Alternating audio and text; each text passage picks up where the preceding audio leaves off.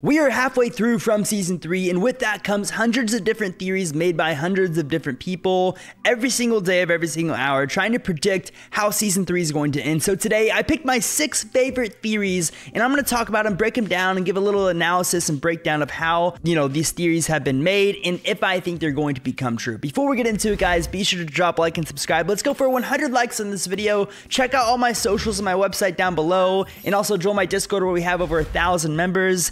And without further ado, let's look at these 6 from theories that might just blow your mind. So the first theory that I'm going to be talking about is the only theory on this list that I actually personally made, and it's my favorite one, obviously, because I made it.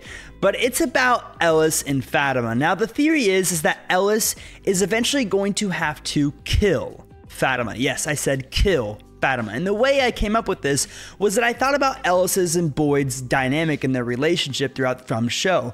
Ellis has resented Boyd for so long because Boyd obviously killed Ellis's mother and Boyd killed his wife, but Ellis never really grasped what Boyd had to do in this situation because Ellis wasn't standing there by Boyd. Ellis came running and he saw his mother pointed the gun at him, and Boyd killed his mother right in front of Ellis. And ever since, there's been that little resentment that Ellis has always had for Boyd. So I think the island is going to force Ellis to have a good relationship with his father once and for all. Or the town, whatever. I know I keep calling it an island, you're just gonna have to get used to it, I'm sorry. So the way I think the town is going to do this is they're slowly turning Fatima into a monster, making everyone think that she's actually pregnant when in reality, she's actually either growing a monster inside of her or slowly turning into a monster.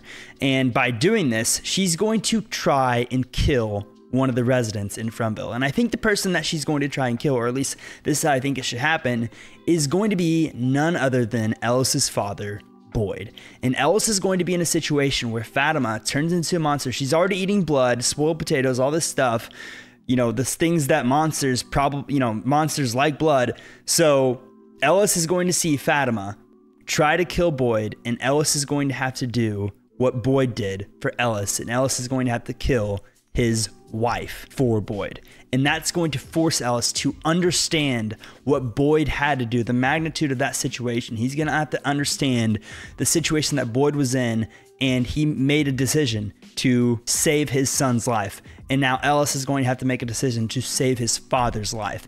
And I think it'll be a full circle moment. And honestly, I think it'd be a good and sad death for the show as well. That's the theory that I made by myself. It's the only one on this list, I promise you. But do I think that's going to become true? I think there's probably around a 35 to 40% chance that comes true, because obviously something's wrong with Fatima, but we don't know if she's actually turning into a monster or if she's just going to get sick and die. We don't really know what's happening, or if she's going to give birth to a monster. I don't really know.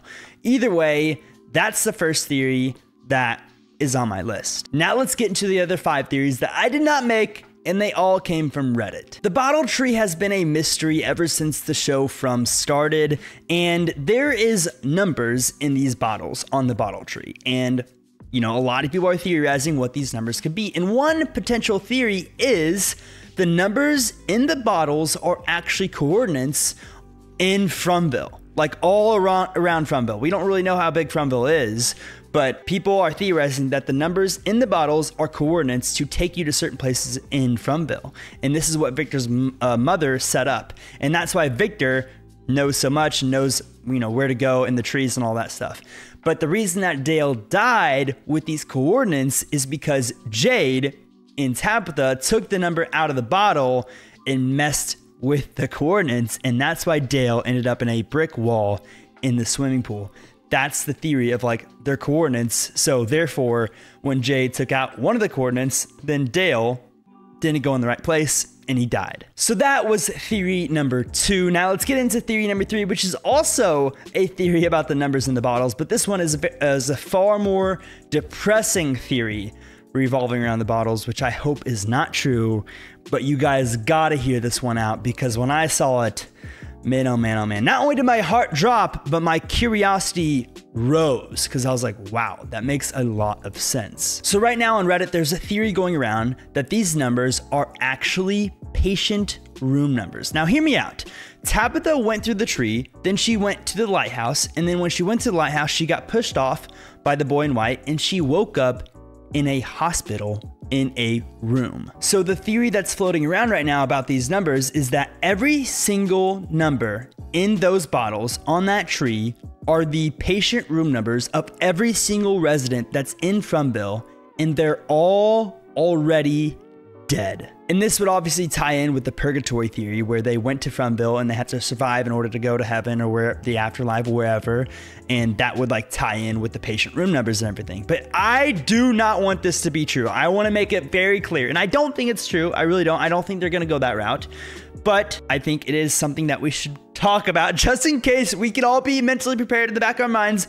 Maybe these are just patient room numbers. Everybody's dead, and that's what the bottle tree said for. Because obviously these numbers mean something, and that's why Jade, you know, they're making it such an emphasis that Jade's trying to figure this out, and Jade's emphasizing himself, like, these numbers have to mean something. They're here for, like, we're in this mysterious island. There's numbers hanging from a tree and bottles, like, they have to mean something. Are they patient room numbers? I don't really know. This isn't another theory, by the way, but I'll just throw this in there. A lot of people were saying it could be the room numbers to the motel, which I don't think is true because there's 4 numbers on these slips of papers, and the motel, yeah, usually motels only have like 2 numbers. Like, it would have to have a lot of rooms to be 4 numbers, I believe.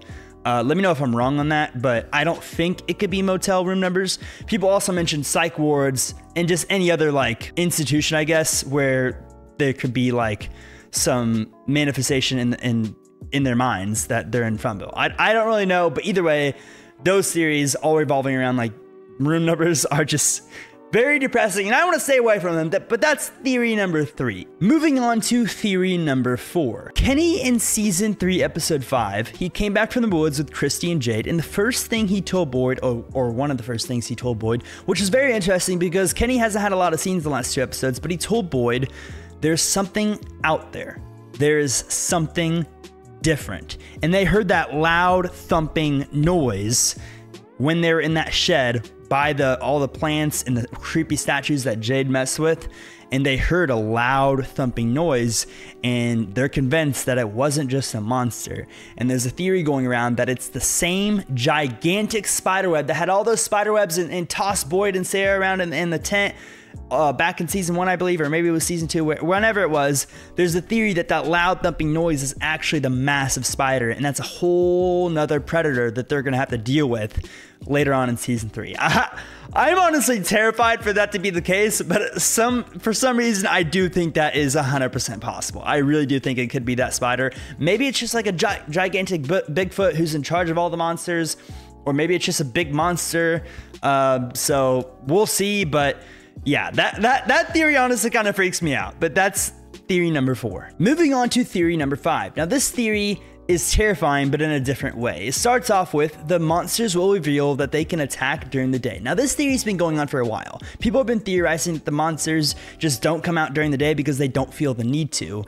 And they also have theorized that the only reason they come out at night is because that's the only time they can escape town, which I don't think that's true, but people have said that. But basically, the whole basis of this theory is that people think the monsters are eventually going to reveal that they can attack during the daytime, and they just haven't felt the need to yet. So that's that. Now, there's a second part to this theory.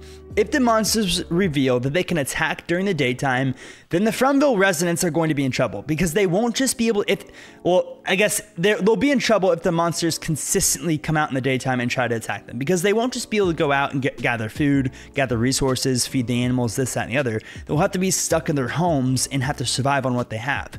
So the theory is that the motel will come, and be very vital in this situation. So Henry in season 3, episode 5 is the first Frumville character to ever point out the missing hotel. Out of all the seasons, the newest Frumville member is the only person to point out the motel missing. So people are theorizing that the motel is going to be a vital piece in season 3. And if the monsters come out and start attacking them during the daytime, then they will have to find a way to get to the motel. Now, we don't even know if this motel exists, but that's why it's a theory.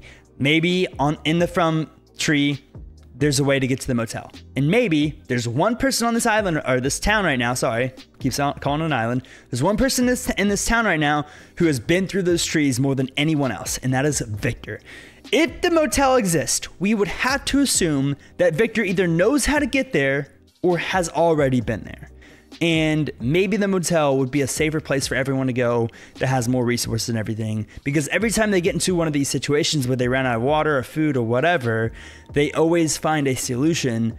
Even though it's temporary, they usually find a solution. So people are saying that that solution in this situation could be the motel. Moving on to the last and final theory. I saved the best and biggest one for last, and it's sort of like, you know, a very common theory, but there's a lot that goes into this one.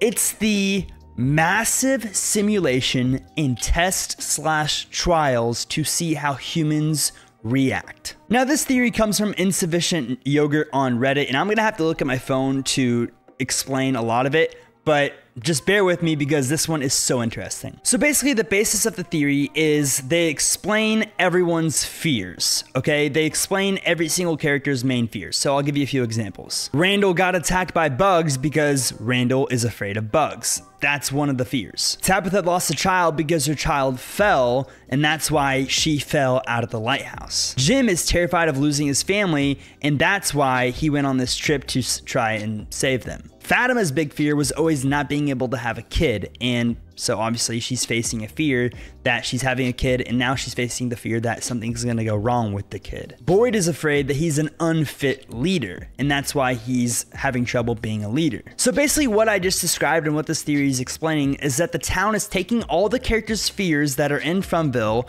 and they're testing them with their fears. Like Boyd's afraid of being an unfit leader, so they're putting Boyd through a lot of leadership test.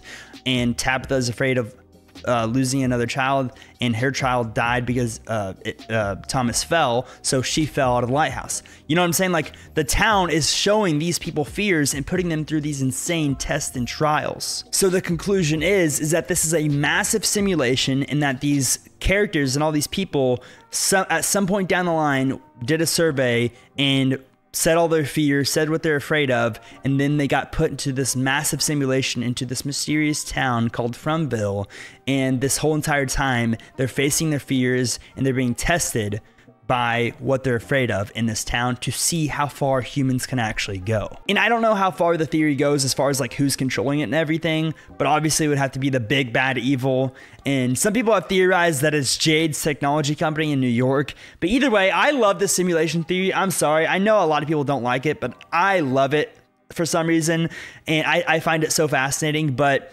yes, that's the simulation theory, that these humans are going through these tests and trials to test the human limit, the human mind, what it can actually go through. So those are the 6 theories that I have written down.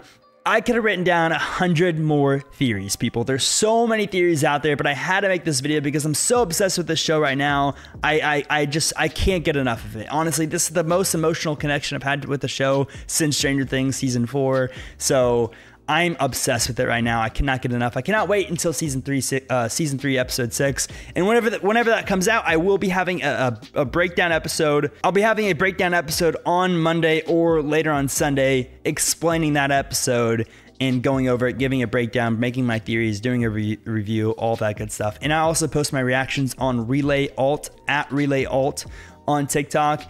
And I might start posting my reactions on this channel as well. So hit that subscribe button, hit the notification bell so you don't miss out on any future videos. Drop like I said, join my Discord so you can talk theories with me all the time and about other TV shows and whatnot.